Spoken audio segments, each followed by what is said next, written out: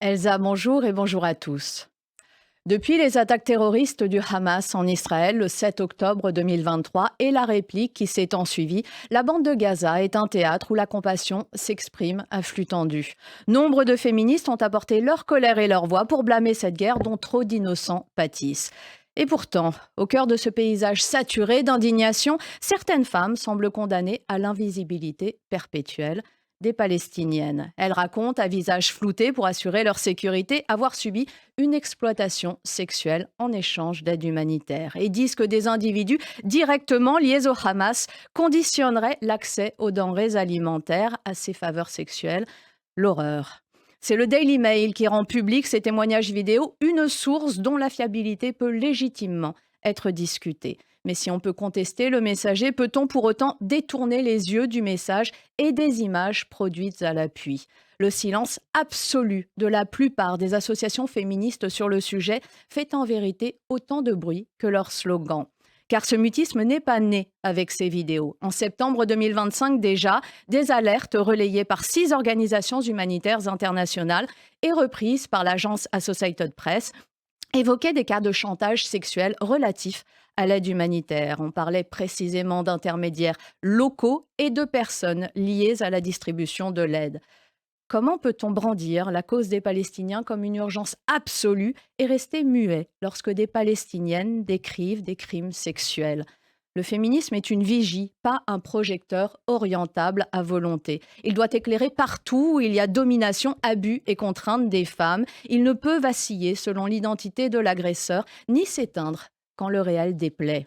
Ce silence dessine, en creux, une géographie de la vertu où le monde se découperait en catégories figées, les dominants et les dominés. Dans cette cartographie simplifiée, certaines violences sont indicibles, faute de cadrer avec le récit.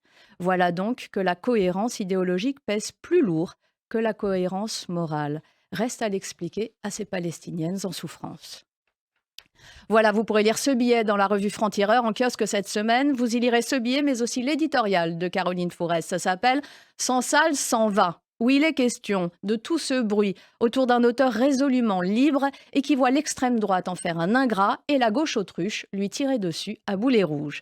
Et puis dans notre rubrique On progresse, la refondation du tri et du recyclage des textiles et des chaussures pour le 1er janvier prochain, des avancées majeures en matière de thérapie génique et les énergies renouvelables. Elles se portent bien pour la première fois. Elles ont même dépassé le charbon en matière de production d'électricité dans le monde. Et puis l'Amérique bat le trap, c'est Simone Rodan qui nous raconte cette Amérique qui vire ultra-violente, non pas en général, c'était déjà le cas, mais en politique, preuve encore avec la récente tentative de meurtre sur Donald Trump. Attal face à l'homo-bashing, c'est Jérémy Seban qui épingle ces homophobes, ça n'a pas d'autre nom, qui reprochent à Gabriel Attal les 12 petites pages qu'il consacre à sa vie sentimentale dans son livre En homme libre, quand tant de politiques se sont déversés sur leur couple dans la presse et dans leurs livres depuis des décennies sans que ça ne dérange jamais personne.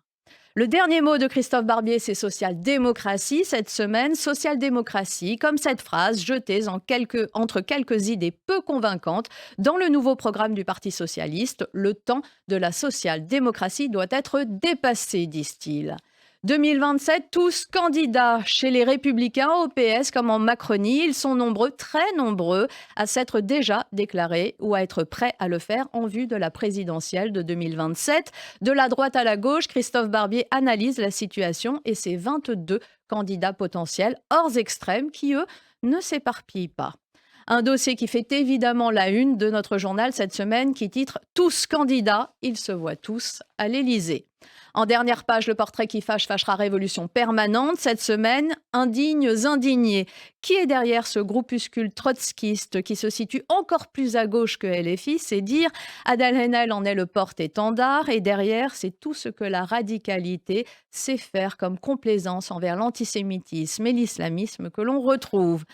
Plein de choses encore dans ce numéro 233 de Franc-Tireur et l'édito de Raphaël Enthoven à mots ouverts. L'enfer algérien, c'est son titre, et qui nous parle de Kamel Daoud, condamné par le régime algérien, lequel interdit d'évoquer la guerre des années 90. L'auteur est condamné pour un passage de son chef-d'œuvre Ouris, qui est aussi prix Goncourt, livre qui se moque bien des islamistes à juste titre. Kamel Daoud est donc condamné pour sa liberté de parole. Forcément, ça ne pouvait pas plaire à la démocrature algérienne qui goûte peu la liberté de ton et même la liberté tout court. Voilà, la raison est un combat, c'est le nôtre à Franc-Tireur, combattre toutes les formes d'extrémisme aussi. Lisez-nous, rejoignez ce combat et la lutte pour que la nuance survive dans un monde qui n'a de cesse de se radicaliser, Elsa. Bonne journée à tous.